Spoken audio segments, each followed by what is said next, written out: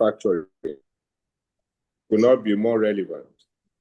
Globally, manufacturing is undergoing a massive transformation driven by digital technologies, automation, the Internet of Things, data analytics, and artificial intelligence. These technologies are not just reshaping how goods are produced, they are redefining competitiveness, efficiency, consumer behavior, and preferences and sustainability across the industrial landscape. For Nigeria, this conversation is urgent as the manufacturing sector continues to navigate high production costs, limited access to finance, energy constraints, disrupted and high-risk supply chains, and so on and so forth. These realities call for strategic infusion of creativity and innovation. Smart manufacturing is no longer an aspiration, but a strategic necessity if we must thrive in an increasingly demanding local and global market. This session is designed not only to inform, but also to guide members towards practical, achievable steps for implementing smart manufacturing principles within their organizations. Smart manufacturing holds the potential to do the following. 1, boost productivity by automating repetitive processes and time-consuming processes as well. Cut costs through data-driven resource optimization. Improve product quality standards and consistency with real-time monitoring and precision systems. Strengthen competitiveness by positioning Nigerian manufacturers for local dominance and export opportunities. At MAN, we recognize that technology adoption must be inclusive and scalable. Whether you are a large manufacturer with multiple production lines or a single SME, there is a pathway for you on the journey to Industry 4.0. We are honored to host Professor Rose-Margaret Ekeng-Itua, a distinguished and accomplished scholar. She's a thought leader, an industry practitioner based in California in the United States of America. The professor is renowned for her work on Industry 4.0 automation and sustainable manufacturing systems. She has collaborated with global industries, including automotive, energy, and advanced material sectors to implement smart factory models, IoT-enabled production systems, and workforce upscaling programs. Our expertise will provide us with a rare opportunity to learn from global best practices while conceptualizing the strategies for Nigeria's reality. We are looking forward not only to her insight, but also to benefit from a practical, hand-holding approach as we take concrete steps towards implementing smart manufacturing, bridge capacity gaps, and create realistic roadmaps for adoption. I encourage every participant to maximize this opportunity. Ask questions and seek practical solutions and ideas you can take back to your factory floors, regardless of the size of your operation, among other industry areas.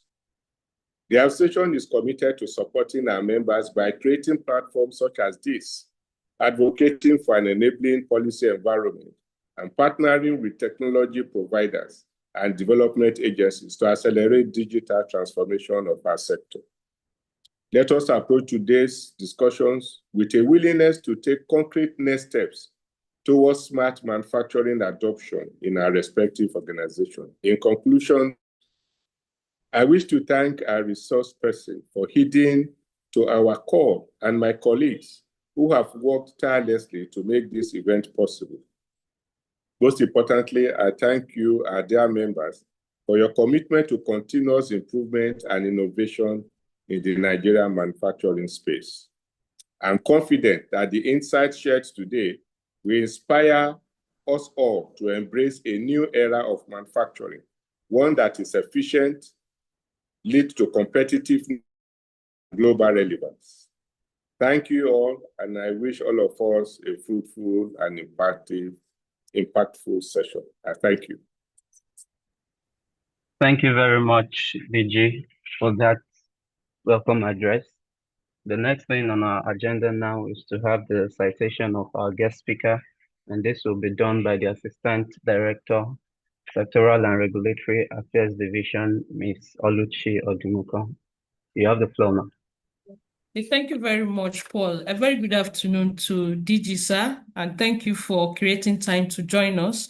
And for our guest, Professor Rose-Margaret Ekeng-Itua, thank you for also creating time to join us at this particular time. And to our members, we thank you. But without wasting much of our time, I would want to read the citation of our guest speaker. Professor Rose-Margaret Ekeng-Itua, PhD, is an award-winning professor of engineering, global thought leader, and pioneer in smart manufacturing, Industry 4.0, clean technology, and advanced workforce development. With more than 2 decades of impact across the United States of America, Europe, and Africa, she's the first Black woman in the world to earn a PhD in cybernetics, has been named among the top 100 most influential people in Silicon Valley. That's as at 2025. Often celebrated as the Queen of Industry 4.0 education in Silicon Valley, Professor Itua has designed and led groundbreaking industry-academia collaboration with Tesla, NASA, Google, Microsoft, Intel, and national laboratories. She co-created the Tesla Employee Education Assistant Program and the Tesla Manufacturing Development Program, initiatives that have scaled advanced manufacturing skills to over 100,000 employees and become global models for future-ready workforce training. Beyond Silicon Valley, Professor Ekeng-Itua is equally committed to Africa's industrial transformation. As a founder of the African Technology and Innovation Institute, ATII, she champions innovation-driven growth across Africa, spearheading initiatives in artificial intelligence, sustainable manufacturing, climate resiliency, and women's participation in STEM. She has also partnered with the United Nations Industrial Development Organization, UNIDO, to expand opportunities for African women in sustainable Africa and clean technology. Her research and leadership focus on artificial intelligence, Internet of Things, sustainable supply chain, hydrogen energy, and decarbonization, offering practical pathways to cost-saving, resilient, and competitive manufacturing systems. Professor Ekeng-Itua bridges Silicon Valley innovation with Africa's industrial ambitions, shaping the global dialogue on how smart manufacturing can drive competitiveness, sustainability, and inclusive growth. Professor Ekeng, please, the floor is yours. Thank you very much, Prof, and thank you for joining us. Welcome, ma'am. Thank you very much, Ms. Oluchi Odumuko, for that very kind citation. I'm excited to hear amidst such wonderful individuals today. I am calling in from California in the USA, so it's still dark here. It's still early morning. But before I start my presentation today, I'd like to observe all protocols already observed and to say very big thank you to the DG of MAN, Mr. Segun Ajayi-Kadir, for the kind invitation to give this lecture and spend time with the Manufacturers Association of Nigeria to talk about a really important subject matter which is Smart Manufacturing and Industry 4.0, and how we can implement that in Nigeria. Also want to say thank you to Mr. Paul Adedeji for organizing this event and the kind moderation. So thank you very much, everyone, for being here. And without much further ado, we will start the presentation. Please, Mr. Paul, can you allow me to share my screen?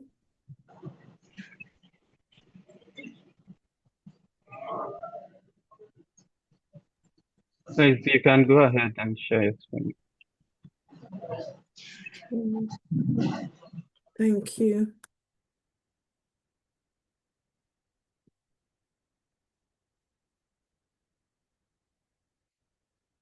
Hope you can all see my screen. Yes, we can. Okay, perfect. Okay, so today, just like the DG talked about, we're going to be focusing on smart manufacturing and the possible cost savings that smart manufacturing can bring. The DG so eloquently articulated the importance of smart manufacturing, and I'm like, he has finished my job today. But thank you so much, sir, for setting the stage for this important conversation. So the format of today's presentation will be a lecture presentation, first of all, just really high-level overview of smart manufacturing and the benefits, because the intent is really for everyone here to understand what smart manufacturing is. And then after that, we will have Q&A, where I hope that each person here present representing their company or anyone that is a practitioner in manufacturing can contextualize questions so that I can offer you the right and relevant and appropriate responses and answers that will support you in implementing Industry 4.0 in your own sectors or in your own companies, because smart manufacturing is really broad. So I'm hoping that the Q&A session will really help with contextualized implementation approaches. So the highlights of the presentation today are as follows. First, we'll talk about what smart manufacturing is so that we have that stage set for further conversations around smart manufacturing. We'll take a look at the Nigerian manufacturing sector, just the current landscape, the issues that are there, which I think the DG has already highlighted. And then ways to implement smart manufacturing in Nigeria, and then we'll look at some case studies of cost savings and also success stories tied together.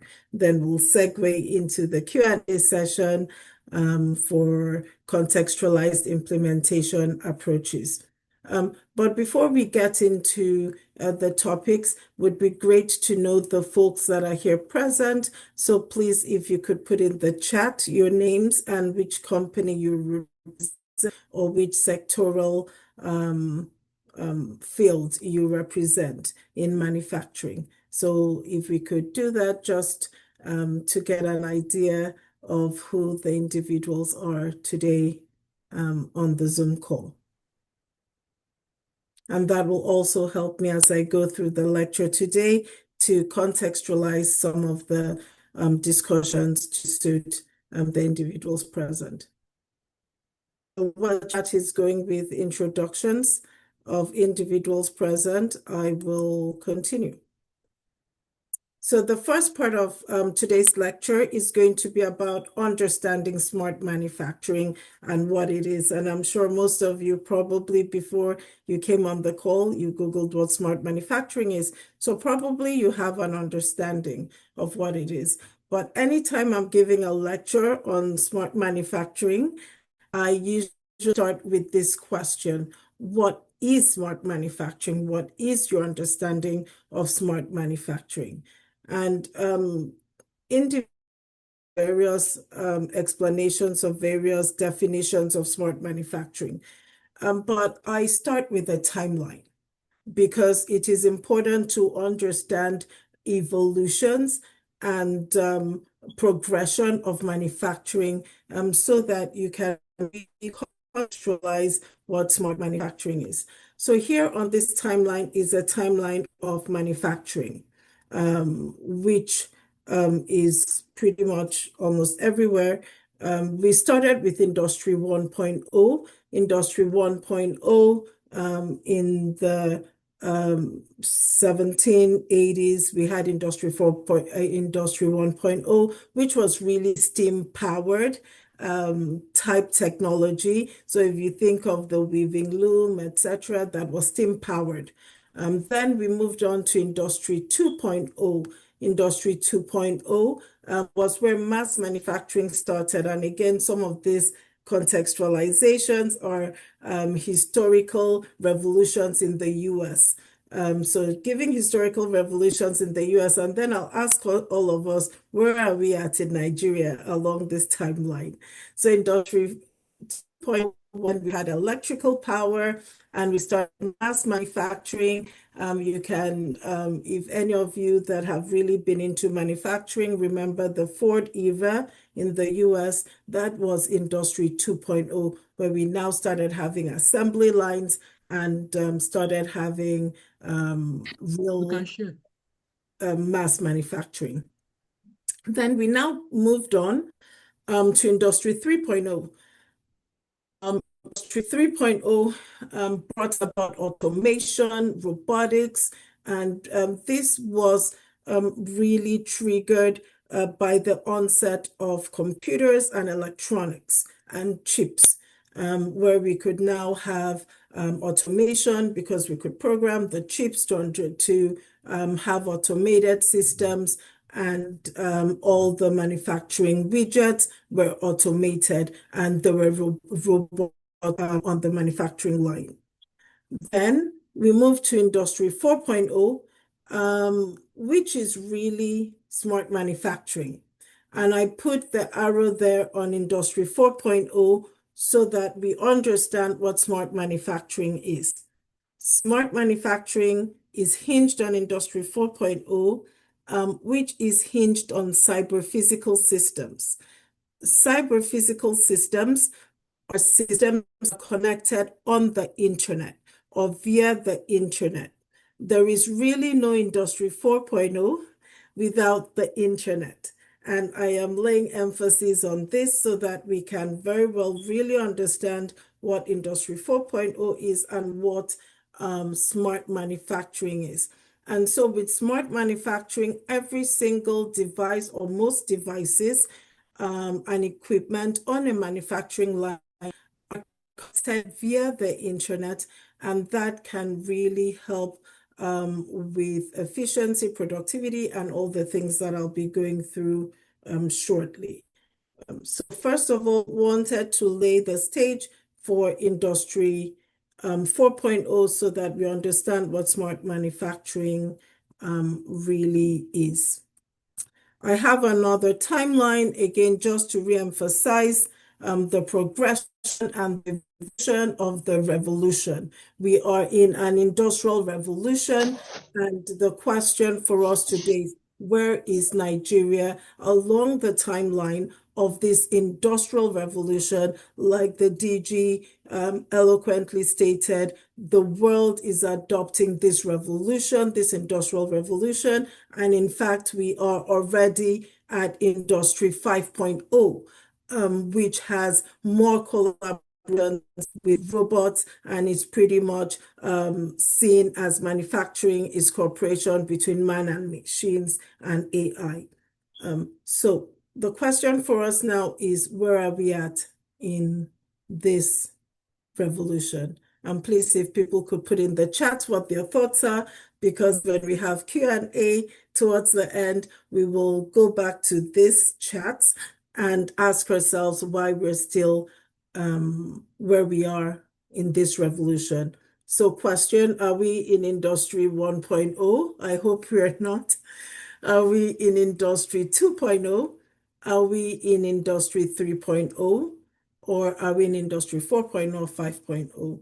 And honestly, wherever you are at along this timeline, that is perfectly okay. Because you can pivot from Industry 1.0 to Industry 4.0 or 5.0, or from 2.0, 3.0 to 4.0 or 5.0. And companies here in the US have done that successfully. The likes of Tesla have done that successfully. And later on, I'll give some other use cases and case studies of companies that have pivoted from previous revolutions of 2.0, 3.0 to 4.0 and 5.0. So I hope this sets the stage properly for what manufacturing is and what it is not. So there is no misconceptions because without the Internet of Things, there is no smart manufacturing. So Internet access is crucial. Here, just wanted to highlight some of the technologies that are prevalent in smart manufacturing. And please don't feel you have to adopt all these technologies, because you don't. You can have a piecemeal approach. But typically in a smart manufacturing setting, you would have, of course, the Internet of Things, which is crucial, because without the Internet of Things, there is no smart manufacturing. And so you would have the Internet of Things, which is great internet access to connect your robots, your 3D equipment, and all your other systems, and integrating all of them via the internet to optimize productivity. And there's a bit of cybersecurity there, and all made possible by cloud computing and big data and data analytics. And as I go through the benefits of smart manufacturing or core technologies, again, you will see talk about data and all of these other technologies.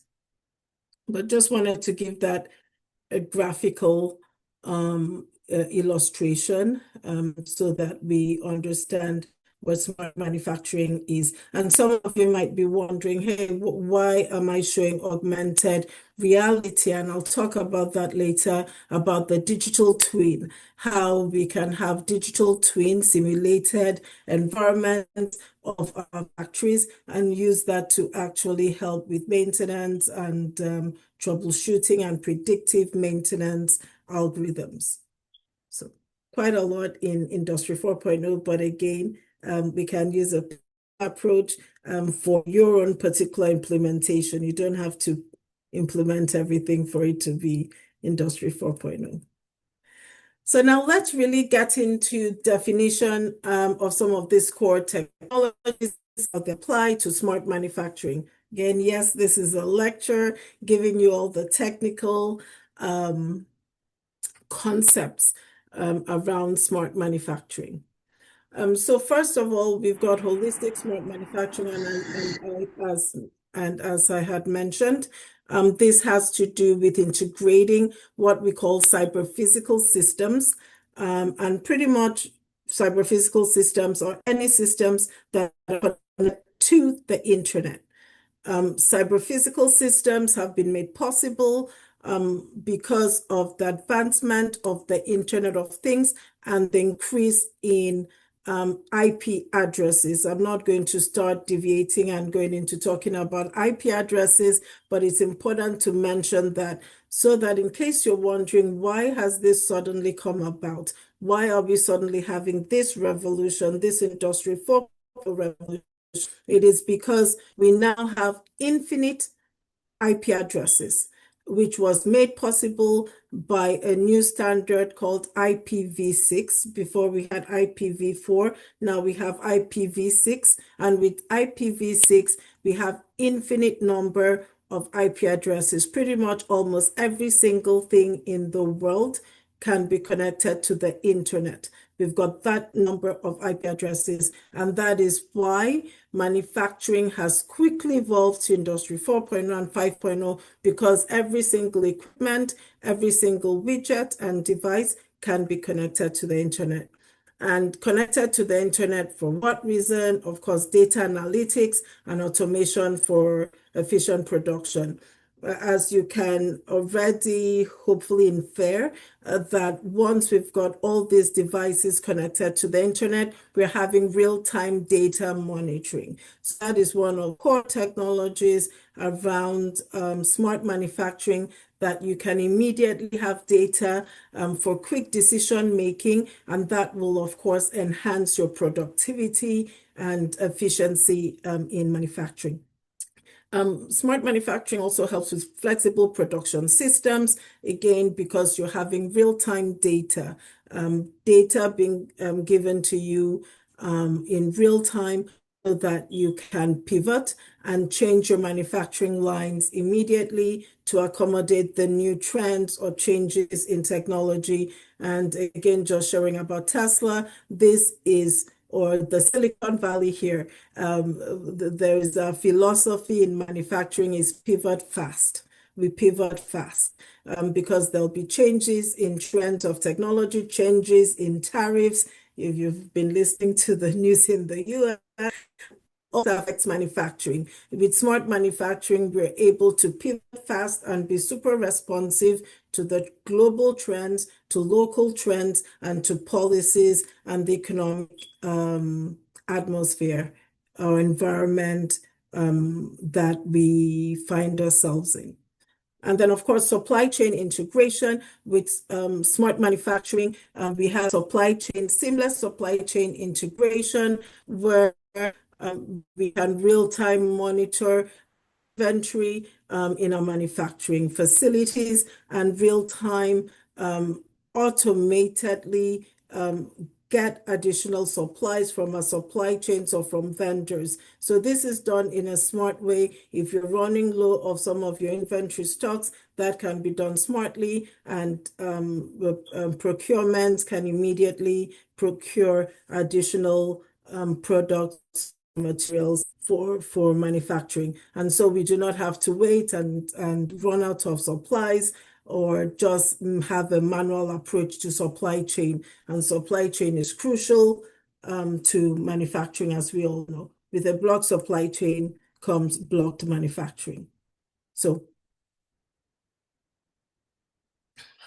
also continuing on with some of the key technologies around smart manufacturing. Robotics is essential in smart manufacturing. Yes, I know I said that Industry 3.0 was actually when we started having automated robots. Well, now in Industry 4.0, which is smart manufacturing, we actually have smart robots. We have robots that are self-maintaining, robots that are self-cleaning, robots that fix themselves. And so we have a reduction of cost there for maintenance cost. And I'll talk about cost savings later. So just wanting to highlight key technologies. So as we are thinking about approaching Industry 4.0, we're considering some of these technologies. I didn't put here in the slide, and maybe I should have put cobots, but I thought for Nigeria, I think let's just deal with robots. But we also have additional advancements for cobots, which are cooperative robots that work closely with humans. Another time we can delve into that. And of course, Internet of Things is crucial. AI is important in smart manufacturing, and we're seeing AI as actually having triggered Industry 5.0. So I know today we are talking about Industry 4.0, but I want us to know that the world has already moved on to Industry 5.0. But AI-enabled systems, again, will help with optimization of manufacturing operations. And of course, crucial is cloud computing and big data. And I think all of us are already in the cloud computing and big data era. We might just manually be uploading our data and doing data analytics manually. But with smart manufacturing, that is done automatically and in a smart and faster, more efficient way.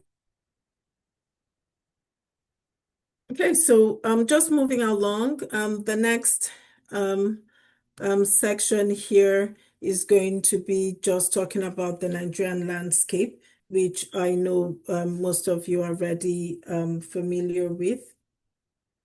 But I'll just run through it a bit, just so that we can also be thinking about what are really the issues we face in Nigeria and how can smart manufacturing really come in to help. So overview of Nigerian manufacturing industry, and I know I'm preaching to the choir when I say this, you already know that manufacturing is key in for Nigeria's GDP.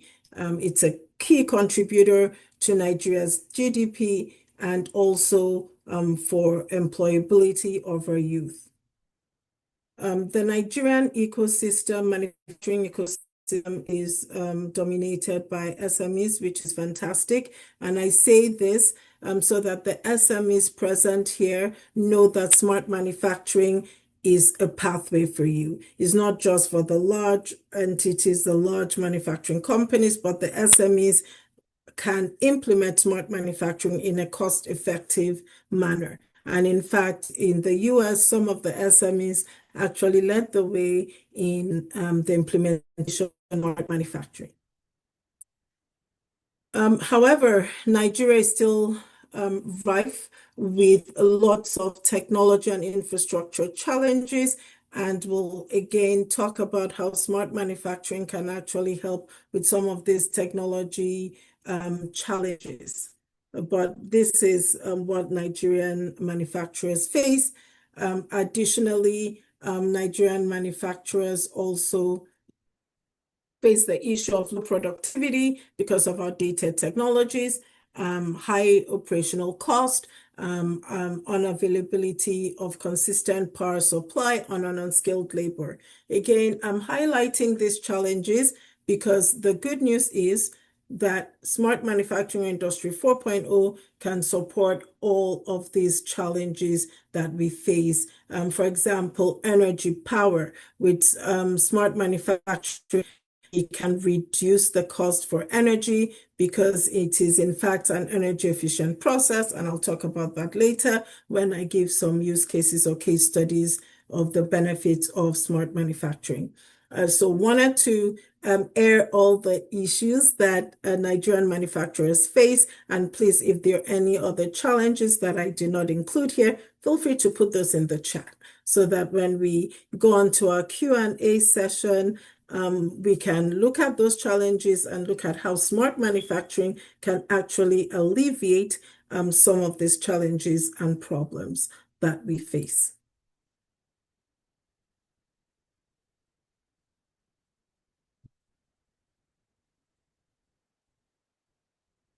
So the DG again excellently articulated his personal vision for manufacturing in Nigeria. He said Nigerian manufacturing should really be seeking a pathway through digital transformation.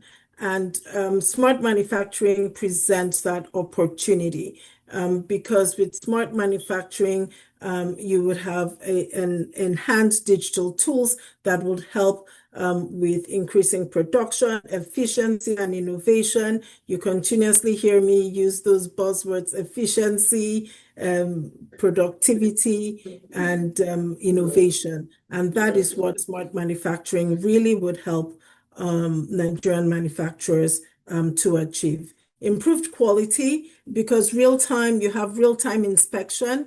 I know our human eyes are fantastic, and smart manufacturing does not completely eliminate human interference in manufacturing or human presence in manufacturing, but it augments humans' ability when it comes to quality inspection. And so we will have an improved quality because quality inspection is automated. There are clear tight tolerance benchmarks for quality inspection set through smart manufacturing technologies. And so again, that saves cost because we reduce wastage through disposal of our products that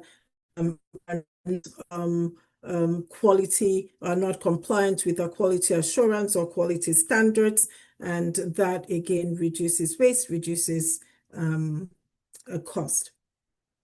Cost reduction, I'm sure by now you have all been won over in understanding how smart manufacturing will reduce costs. But again, just emphasizing that it will really reduce a lot of cost from all the conversations we've had, and the supply chain issue, which most of us face, would be eliminated by smart manufacturing, because the smart systems will real-time sniff out where you could get your products at a reduced cost. You no longer need to do it manually. You'll real-time get the best vendors, the best sources for your produce, your materials that you need for manufacturing of your products. And all this is done in a smart manner, an efficient manner, and the supply chain blockage is reduced.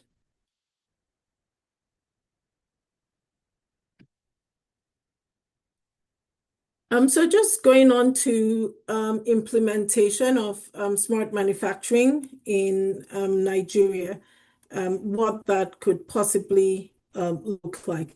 And again, please, this is quite high level. When we get into the Q&A, which we'll get to shortly, we can now discuss in a more contextualized manner. Mr. Paul told me this lecture is 40 minutes, so it's a bit long, but we'll have about 20 minutes for Q&A. But please continue to take note of the questions that you have as we go along this lecture. We'll have about 20 minutes for Q&A at the end. So implementing smart manufacturing in Nigeria would involve definitely automation and robotics in a smart way, but it would help with streamlining repetitive tasks. Just from anecdotal research, ATII has seen that manufacturing tasks in Nigeria are quite repetitive and oftentimes involves a lot of human presence, which is great. However, that also introduces some latencies in the process of manufacturing.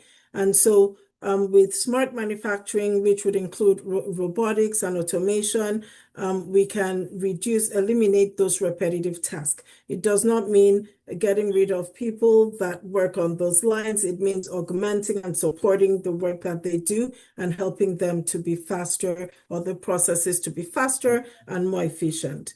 Also, one of the, sorry. I told you now, one will read there. Oh, is somebody speaking to me, Mr. Paul? No, sorry, just continue. It's unintended interruption, I guess. Okay, no worries. Thank you. Yes.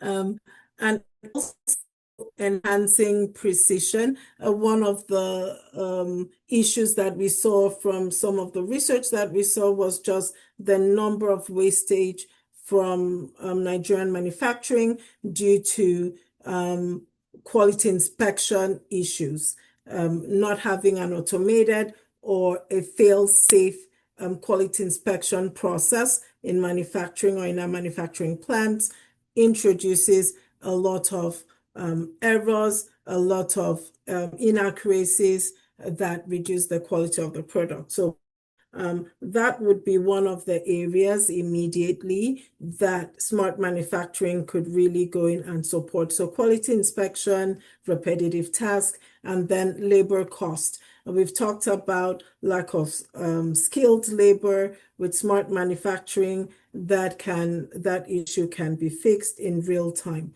and also help the cost of labor. And of course, help with increased productivity, and the speed of production would increase, because again, that is another issue that we have seen in Nigerian manufacturing sectors. The rate of production is really slow when compared to what we have in the rest of the world.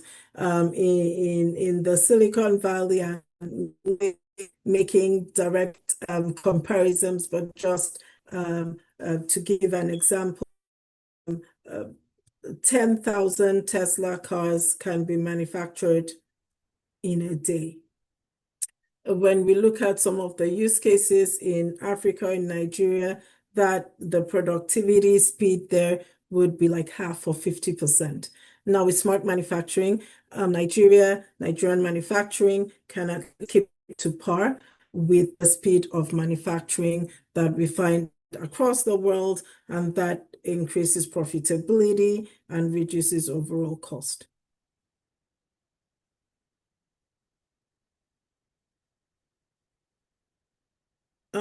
Also important to identify that another sector that we have identified from just initial research in manufacturing in Nigeria and the implementation of is really for real-time equipment monitoring. And this is, I think, one of the easiest and simplest and fastest ways to implement Industry 4.0 in your companies, to just have real-time equipment monitoring. And that is cheap, just attaching some sensors that can give you real-time data on the state of your equipment, on the state of your manufacturing, can be done tomorrow. So I'm just using this to say that Industry 4.0 should not just be futuristically aspirational. It is something that can really be implemented in your companies tomorrow. And through sensors, IoT devices that can help with real-time monitoring of equipment, and including these sensors, these IoT devices are no longer that cost prohibitive. They're no longer so expensive. They can be implemented and used in a heartbeat.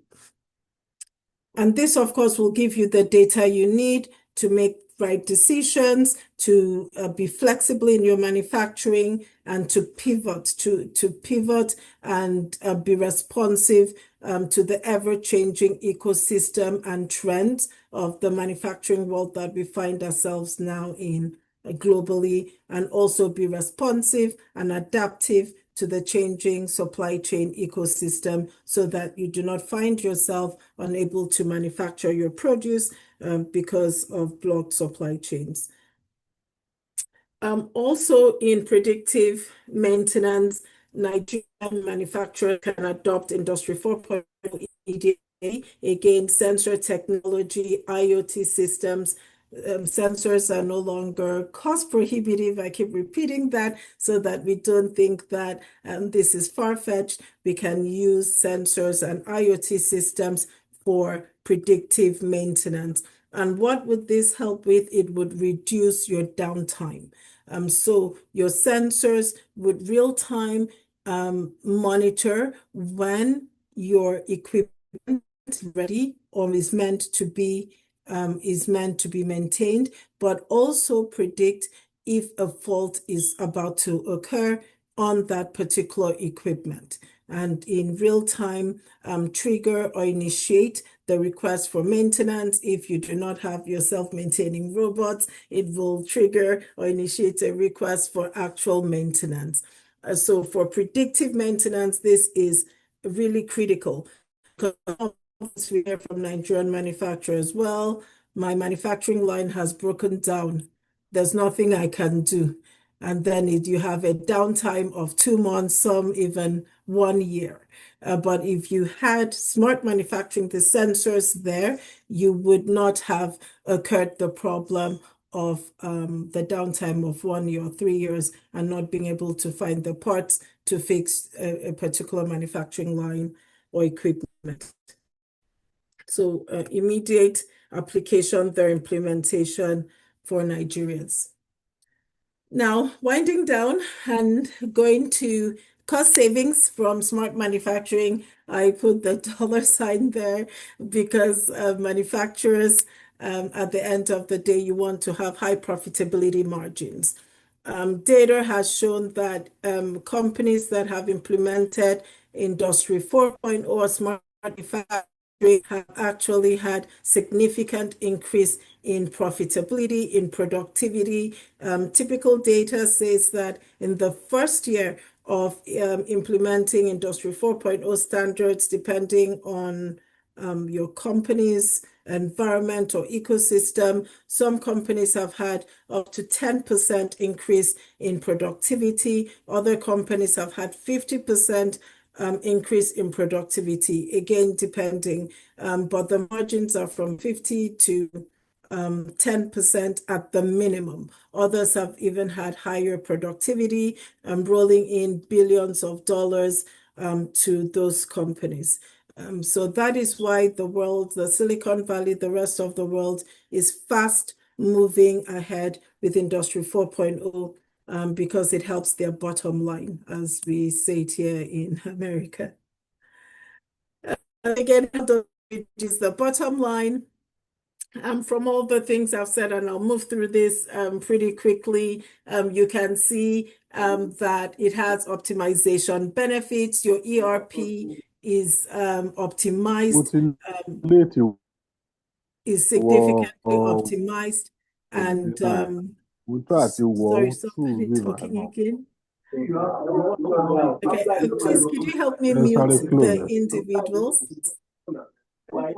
And lower resource consumptions, because real time, the energy requirements are being monitored and you're having lower cost for energy consumption in your manufacturing line. It will real time let you know which manufacturing line needs more energy at a particular time, which one doesn't need as much energy. So you're not constantly consuming or wasting energy in your manufacturing plant. And of course, this results in reduced cost and enhanced profitability.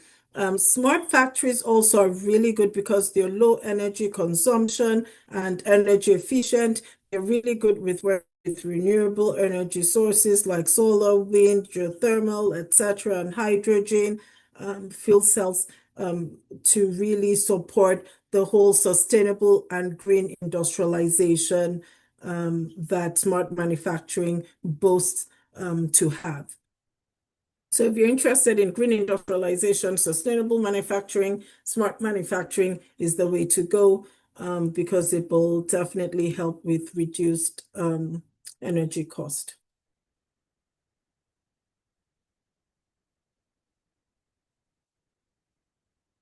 I already talked about predictive maintenance, so I'm not going to go over this too much. I think this is one area that Nigerian manufacturers could really immediately, like tomorrow, start implementing Industry 4.0 on. The cost of implementing this around predictive maintenance is low, and you'll have a lot of cost savings for reasons most of you here know, because you have encountered this sort of issues of unnecessary downtime on a manufacturing line and the cost that you bear when you are faced with this.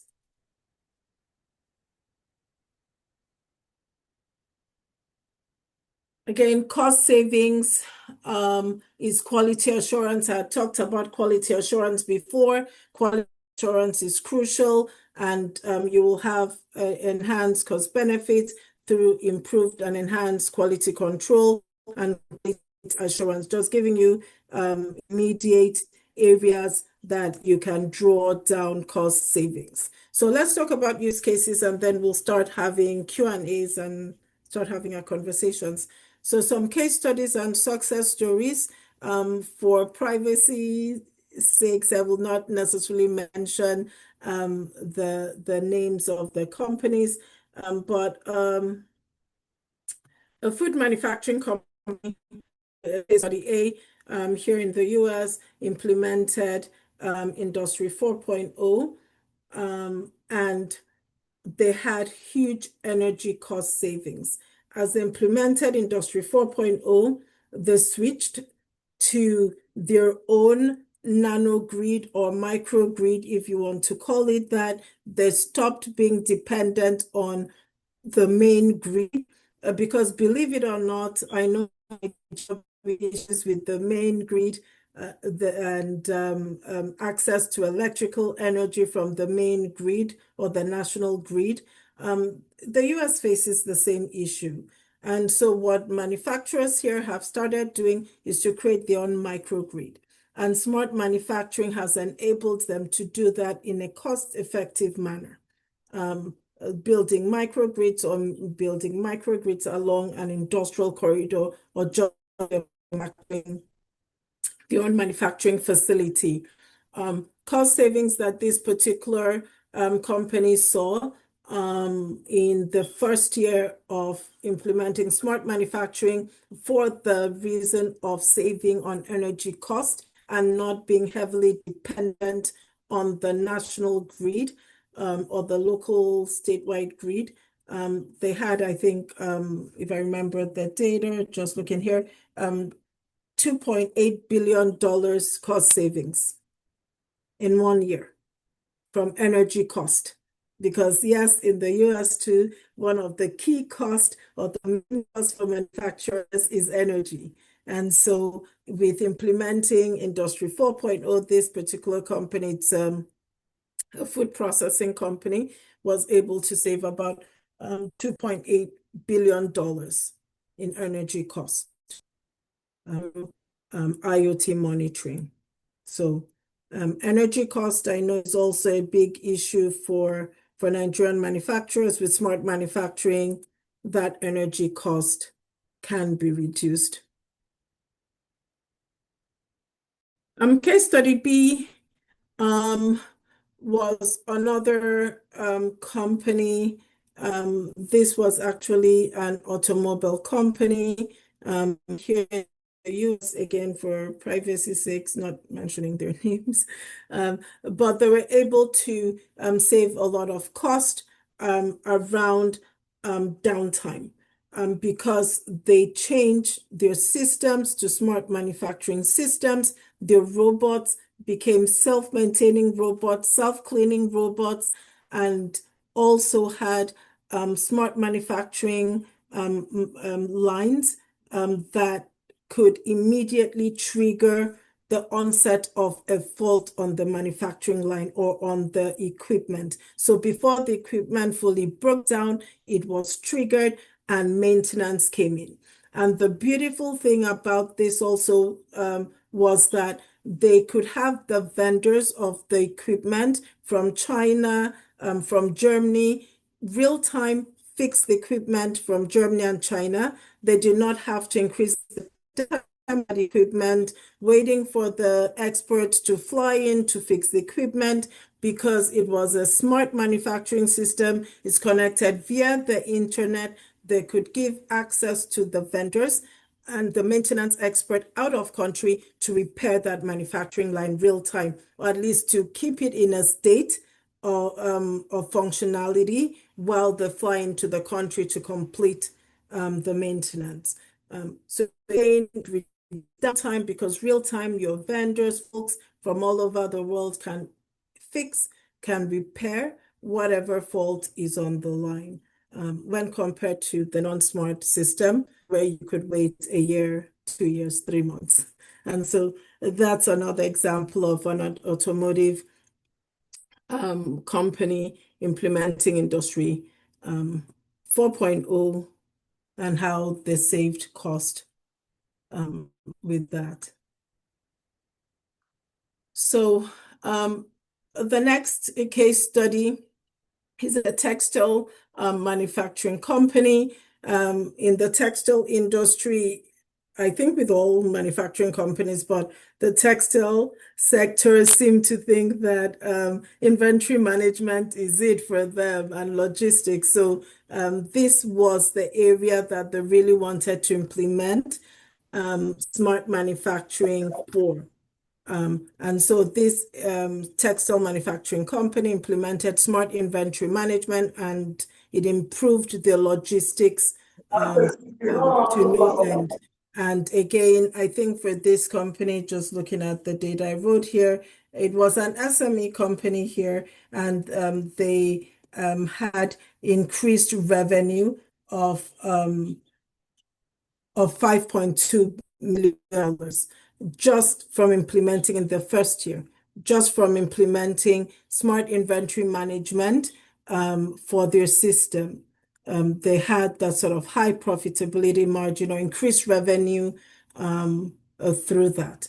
And I shared these cases so that irrespective of your sector, your manufacturing sector, or what product you manufacture, you can really start thinking about areas where you have the biggest issues and then start with that area to implement smart manufacturing. You don't have to boil the ocean and want to do smart manufacturing in your entire factory in every single segment immediately. If you have the funds, great, but you can just start with the areas where you've got big issues or the areas that are critical to you. Is it in your inventory management system? Is it in your quality assurance? Is it in maintenance? What is it? Is it in energy? You can determine which of those sectors you want to implement smart manufacturing and then continue to scale up all through the rest of the departments or segments of your company thereafter. So in conclusion, I hope that you will be interested in adopting smart manufacturing technologies. Here at ATII, we are here to support manufacturers to adopt Industry 4.0, to adopt Industry 5.0. If you want to move on to that stage, we hope to continue to partner with MAN on rolling out additional training for any individual interested in actually getting into the nitty-gritties of how to really implement this for your company. We have some additional training that we are rolling out in November. Please, the ATII team, if you could put the flyer in the chat, and I think MAN will also disseminate this, and we hope to have a great partnership with MAN to continue to support manufacturers all across Nigeria. But just wrapping up, smart manufacturing will again help in enhanced efficiency, cost reductions from the examples I've just given. It will also foster innovation so that it doesn't keep you static. Smart manufacturing helps companies be very dynamic in innovation and flexible. So it will foster innovation and also ensure sustainable growth. As the examples I've shown, the revenue increase, revenue generation increase, profitability margin increase, and also helps with sustainable manufacturing and green manufacturing, which is one of the core reasons that I really have become a smart manufacturing practitioner, because it really helps with climate change and green industrialization. Well, thank you very much for listening to the lecture. I hope that you've taken a thing or two with you and have a few takeaways. And the call to action now is for you all to really start thinking about which area in your company you want to really roll out smart manufacturing. What issues are you having, and how can you roll out smart manufacturing? And we are here to support any company that needs additional support with actual rolling out and implementation. But thank you once again, the DG, Mr. Segun Ajayi-Kadir, and also thank you, Mr. Paul and Ms. Zoluchi, for this invitation. I will open it up for conversations now and Q&A. So back over to you, Mr. Paul. I will stop sharing my screen so I can see people better. Thank you very much, Professor Rose-Margaret Ekeng-Itua, for that wonderful presentation.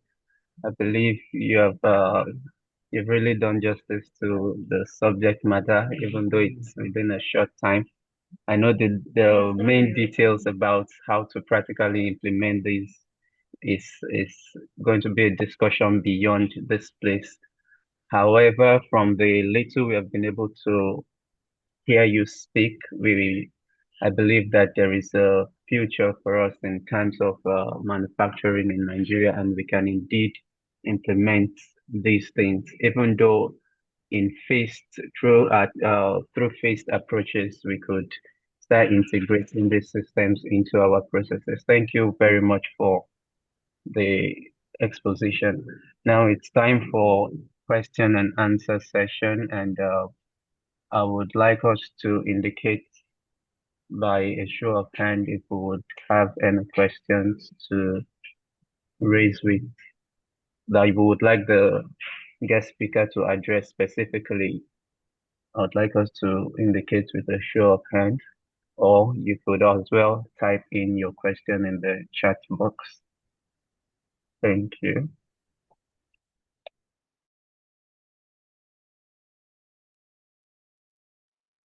Waiting for questions in our chat box or by raise of hand.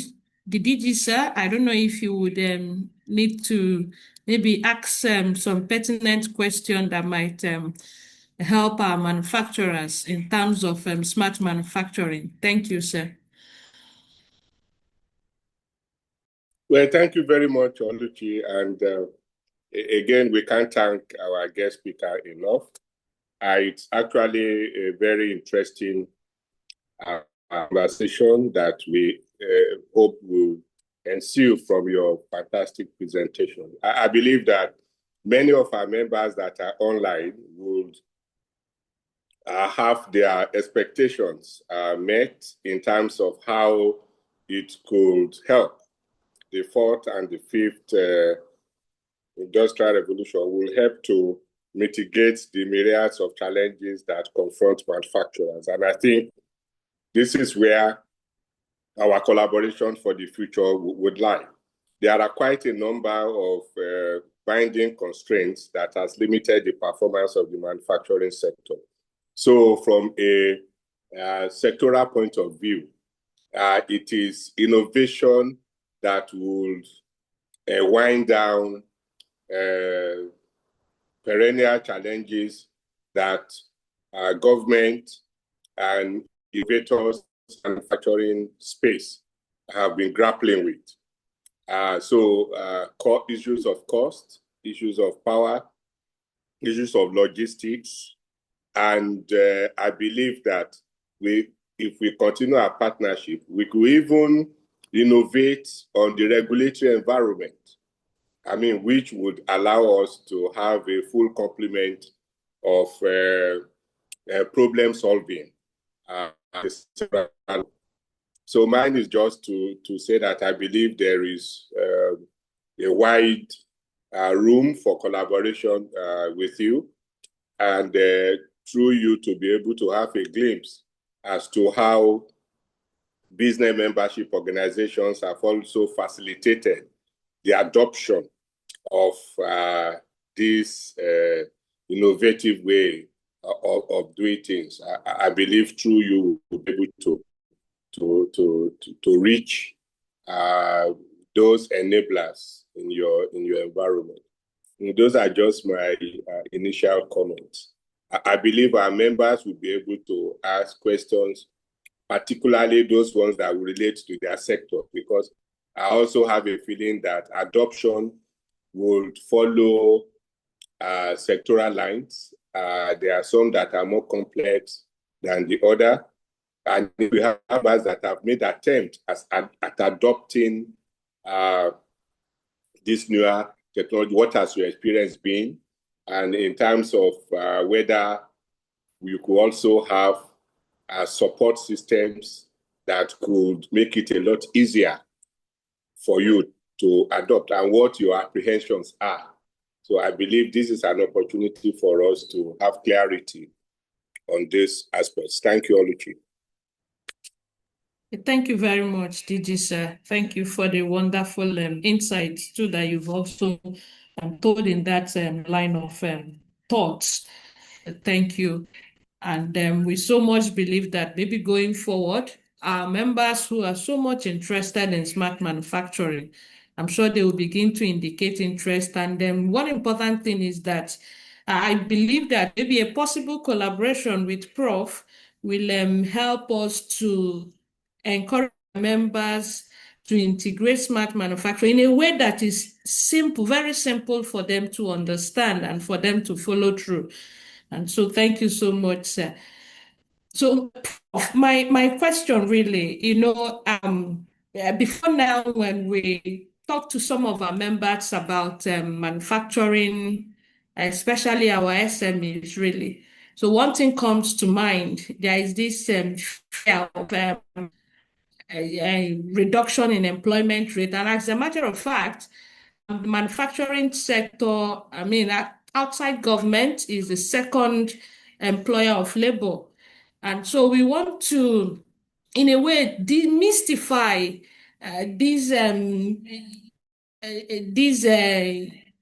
will I call it the fear that manufacturing sector will no longer create or generate employment as it is today. Do you have anything to say in that regard, ma'am? Thank you. Thank you very much, Ms. Oluchi, for that question. And thank you, DG, for your earlier comments.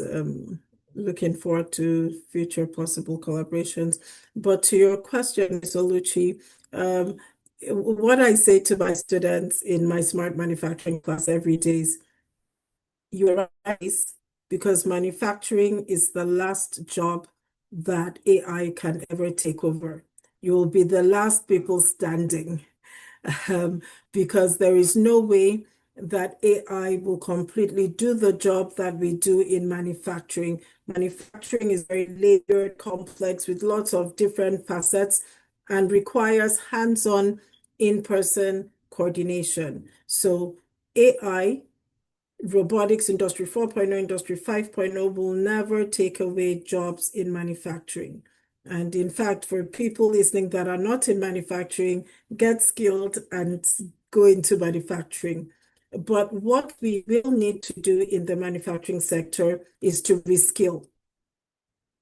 So what we're doing here now is reskilling our communities, reskilling our students, reskilling the entire workforce, even people that are already in manufacturing, to really ready for Industry 5.0 or 4.0, and also how AI will influence smart manufacturing, or already is influencing smart manufacturing. So the problem will not be elimination of jobs. I think the issue here will be the readiness to train, to reskill individuals for future-proof jobs. Manufacturing is here to stay, and it will outdo AI. The longevity of manufacturing will be it's synonymous with the longevity of AI.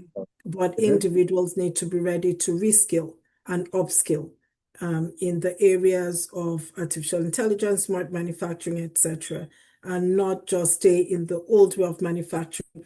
If you stay in the old way of manufacturing, that's where possible job losses will occur.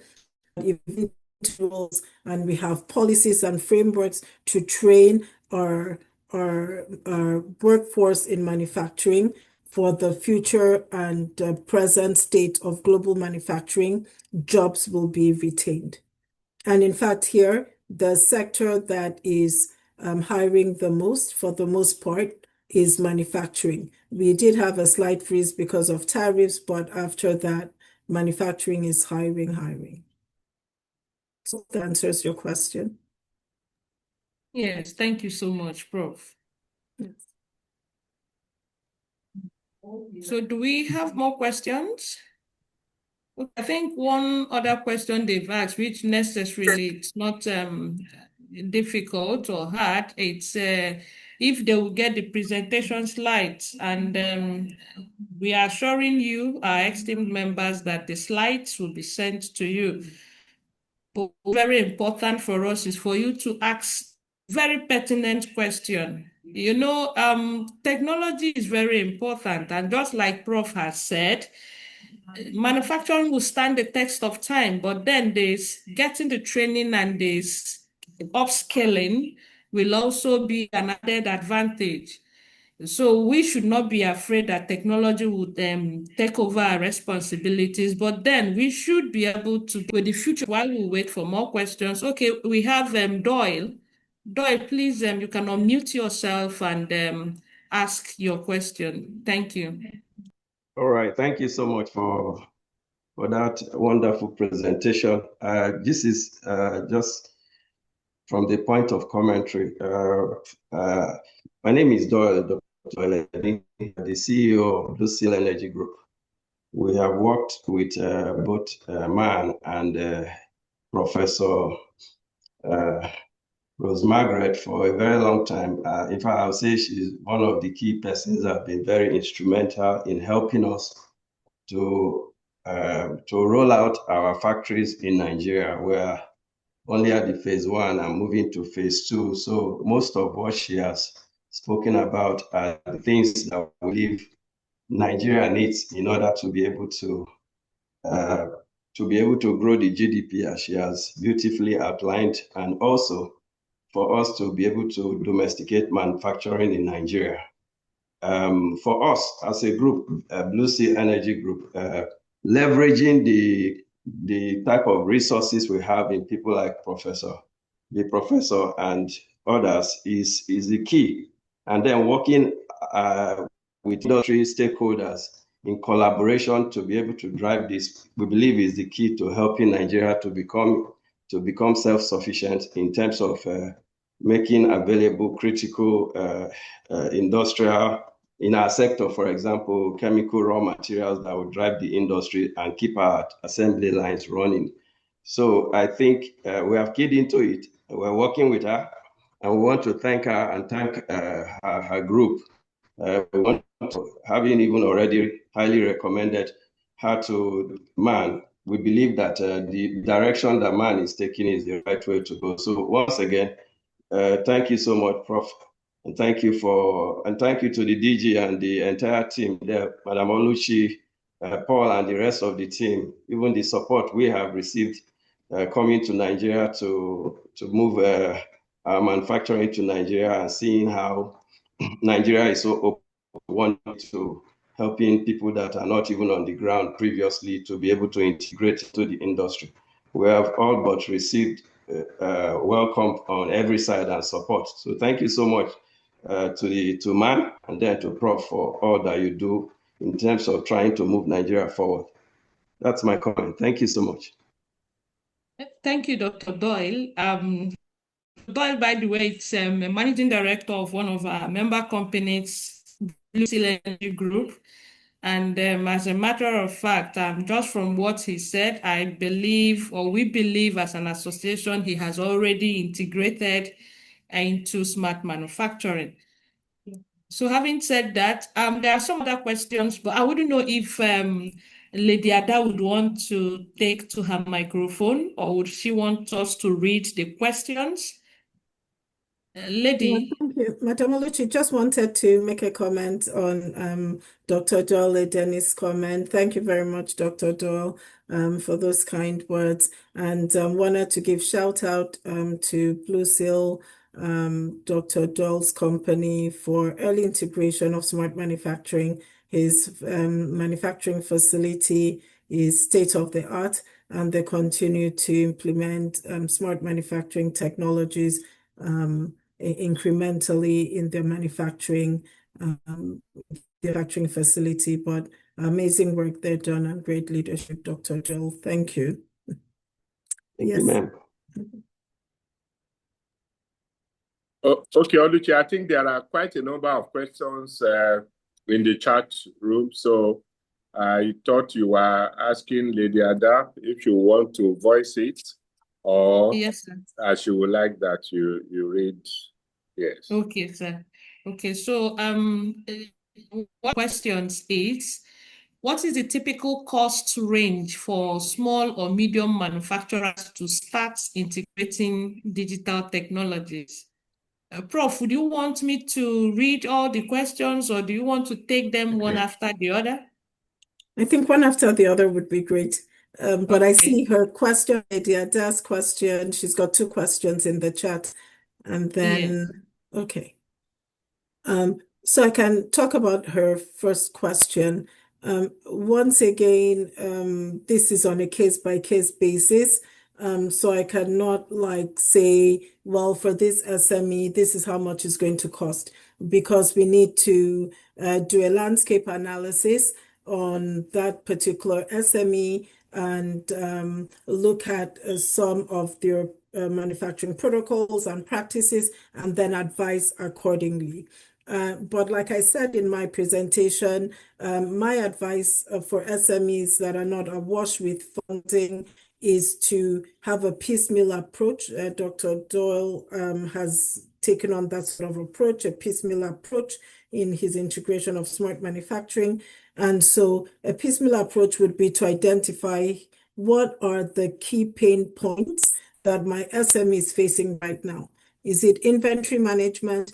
Is it quality assurance? And we take that, dissect that, and look at how you can have a low-cost implementation of smart manufacturing. For those particular areas, it might just be a case of having some smart IoT devices to monitor your inventory, etc. And I don't want to call numbers here because those numbers might not be correct, but I think maybe the underlying thing from that question is, hey, is this thing too expensive for me? And I'm saying it's not too expensive. You can have a piecemeal approach. So don't let the cost scare you off from implementing smart manufacturing. Okay, thank you very much, Prof. I don't know if that answers her question, but moving over to the second question. Are there financing windows from DFIs, Afrexim Bank, AFDB, or BOI to support Industry 4.0 adoption in Africa? Would you want to answer that, Prof? Not speaking on behalf of them, but just as someone in the ecosystem and that space, there is some funding, which I think BOI is churning out through some entities for training. And also FDB, African Development Bank, has some initiatives through some other entities to support SMEs in innovative manufacturing. So if you want, we can actually create a list of possible funding opportunities for SMEs in Nigeria and share with the group. But overall, there are some little funding out that can support some SMEs in scaling up manufacturing or getting into what they call green industrialization, which smart manufacturing is definitely part of, or innovative manufacturing, which smart manufacturing is. So I think we can take that on and then just share the list with the members, if that's okay. Thank you, Prof, for your response. I'm sure we'll be glad to receive that list of funding opportunities for smart manufacturing. Yeah, and then just going back to the other question Lady Ada had, and just right off the bat, if you're a really small SME and you want to, for example, implement Industry 4.0 in your inventory management, and your inventory is pretty much like less than 1 million inventories or produce in your inventory, you can really implement Industry 4.0 with about $5,000 in that sort of small ecosystem. Again, the cost can even go down depending on your particular case. Yeah, but just wanted to throw out a number is for sort of benchmarking. Yeah, but we can move on to the next question. Okay, thank you so much, ma'am. The next question is like the one that you've just responded to, and that's about the cost effectiveness.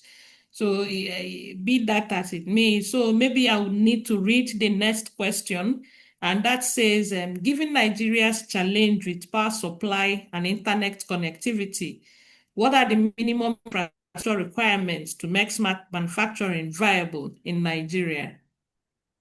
Thank Another you. great question. Thank you for that question. So from the presentation, I'm sure maybe you've inferred that you need two critical infrastructure. You need power and you need the internet. And so that is why, like I shared, the use cases here in the US, some of the companies moved to creating their own nanogrids. And that would be an approach that I would recommend for Nigerian companies to have their microgrid or nanogrids, and also stable internet. So you need stable internet and you need your nanogrid. Now, I'm sure the next question will be, well, what's the bandwidth? What's the Wi-Fi internet bandwidth that you need? What is the amount of electrical power that you would need? That would be on a case-by-case basis.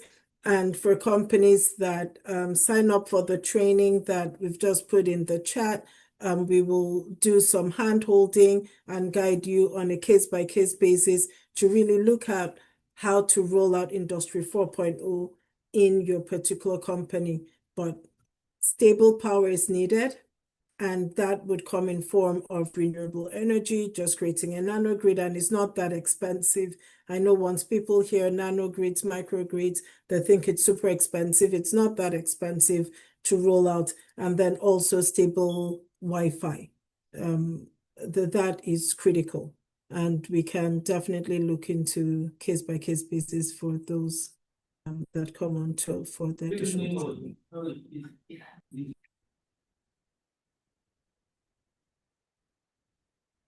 Okay, thank you very much, Prof. Thank you for your response to that question. So the next one, it's ATII shared infrastructure models, example for industrial clusters or mini grids that can lower cost for multiple manufacturers. This is in terms of having some infrastructure for clusters.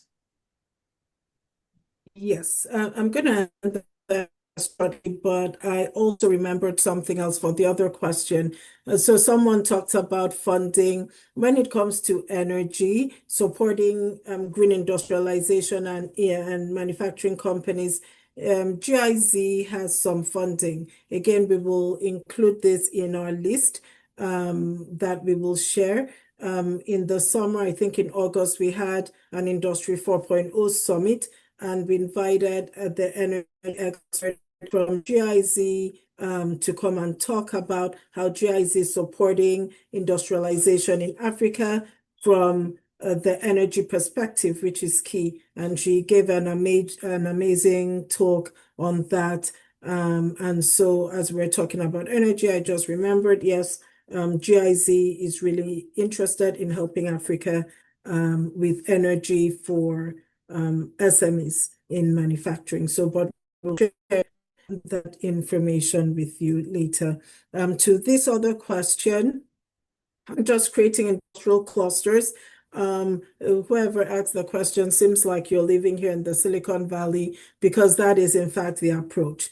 Because this piecemeal approach of each company doing their own thing can work, but what works even better is having an industrial cluster. So we have industrial avenues, we have an industrial boulevard here. And so companies come together and create their nanogrid or their microgrid, have their internet infrastructure so that they can have the robust infrastructure needed for smart manufacturing. Though there's a little bit of capital investment, not that much when everybody comes together, but the revenue, the profitability margins that they're seeing is through the roof and definitely worth it. So my own recommendation would be where possible, and we're going to be working with MAN on this, hopefully, to really look at the entire ecosystem of Nigerian manufacturing and recommend how we can really create those clusters in Nigeria, have industrial windows. I think Lagos already has quite a lot of those industrial windows or industrial clusters, and see how they could collectively come together to create those nano microgrids. Because waiting for a national grid will not work. Even here in the US, where we've got stable electrical supply, electrical energy supply, manufacturers that are adopting Industry 4.0 are not waiting for that. Because with Industry 4.0, their energy consumption reduces, so they don't necessarily need as much electrical power from the national grid as they used to. They're okay with their micro and nano grids. Well, thank you so much, Prof. And one last question before we round up the webinar. And that question is, with the advent of artificial intelligence, how can we practically marry AI to smart manufacturing 4.0? Thank you. Yeah, thank you. Great question again. With Industry 4.0 and especially Industry 5.0, AI is embedded. You cannot have Industry 5.0 without AI, and in fact, Industry 4.0 without integrating some AI. And so right off the bat, we see AI used in the real-time data analytics. So you heard me talk about real-time monitoring of your equipment, etc. Now the sensors that we have what we call edge AI.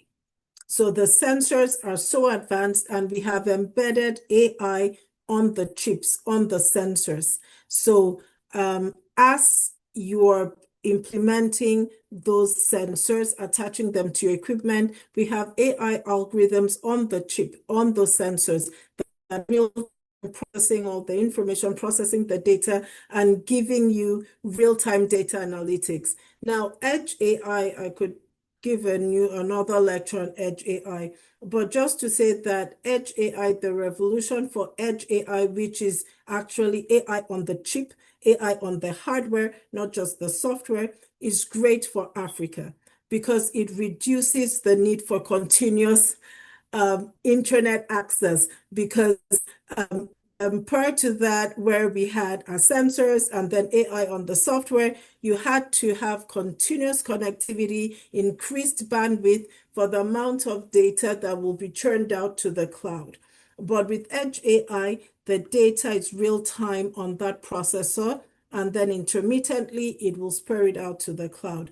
But it can real time still give you information required for you to have immediate data analytics and make the critical decisions you need to make for your manufacturing line. Also for inventory keeping, we've got Edge AI embedded in those chips. And so real time, it will process the data without using up your bandwidth, your internet bandwidth, so to speak, and give you the important data that you need for data analytics. So those are ways that immediately see AI incorporated in Industry 4.0 is through what we call Edge AI on the sensors, or AI already incorporated on the chips. But if it's the software end of AI, using it again for data analytics, whether with whatever platform you have, whether it's an Oracle platform, Excel, Access, AI is used there. But my recommendation moving forward for Africa, for Nigeria, is Edge AI. And that's why I'm super excited about the advancement for Edge AI on the chip, because it's exactly what we need on the continent in manufacturing, healthcare, agriculture, the lot.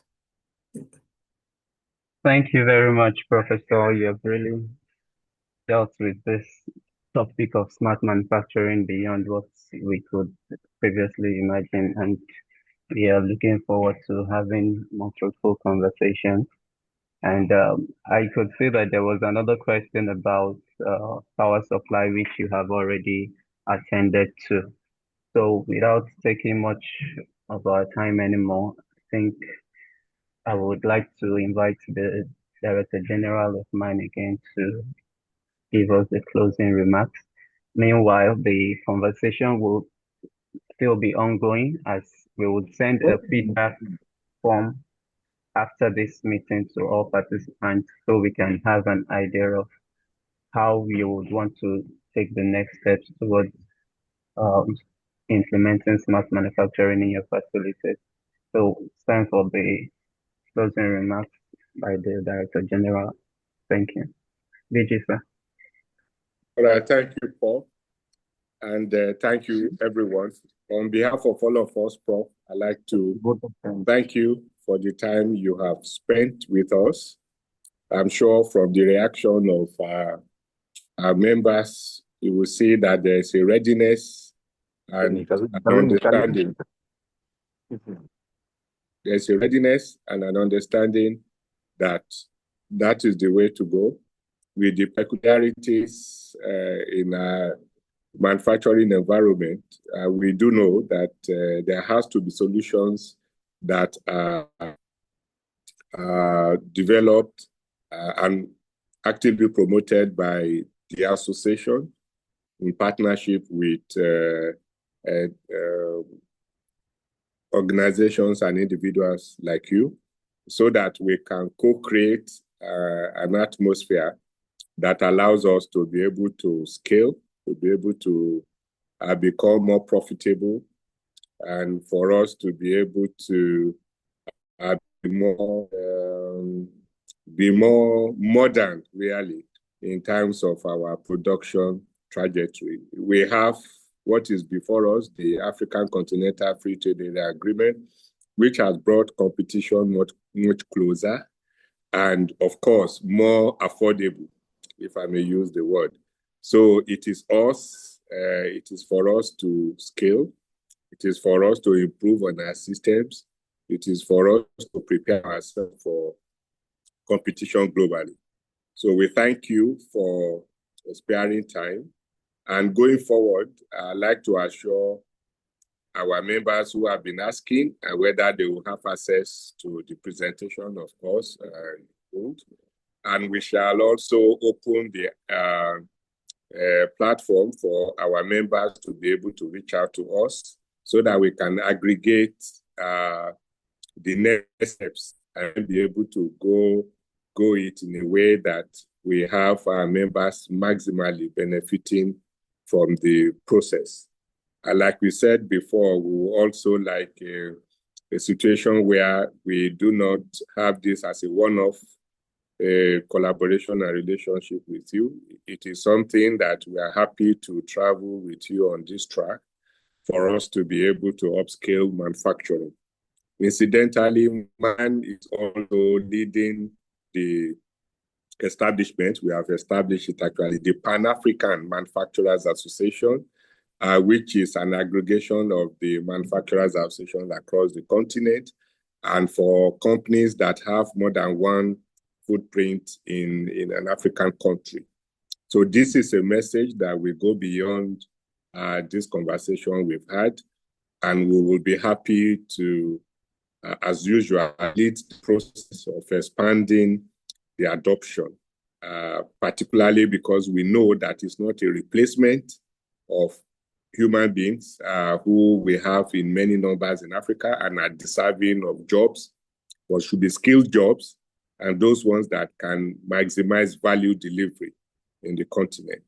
So I'd like to thank you for taking your time and for the beauty of your presentation, which is lucid and well understood. And for our members who have spared time, I thank you for always supporting us in everything and also ensuring that you allow us to help you grow your business. We continue to strive to create an environment that is conducive for manufacturing business, and we assure you that there will be many more of this. I'd like to thank Oluchi and her team, Paul, and all of us, my colleagues. Thanks for this support. That we match to the demand of the future, And I say that there are greater tasks ahead. Thank you very much, and do have a pleasant evening. Thank you. Thank you so much, sir. Thank Thank you you, so much. everyone, and have a pleasant evening. Thank you, Prof, and thank you, Thank you. Lady Ada, and Thank Dr. you very Boy. much. Thank you, sirs. Thank you, ma. Thank you, Oluchi.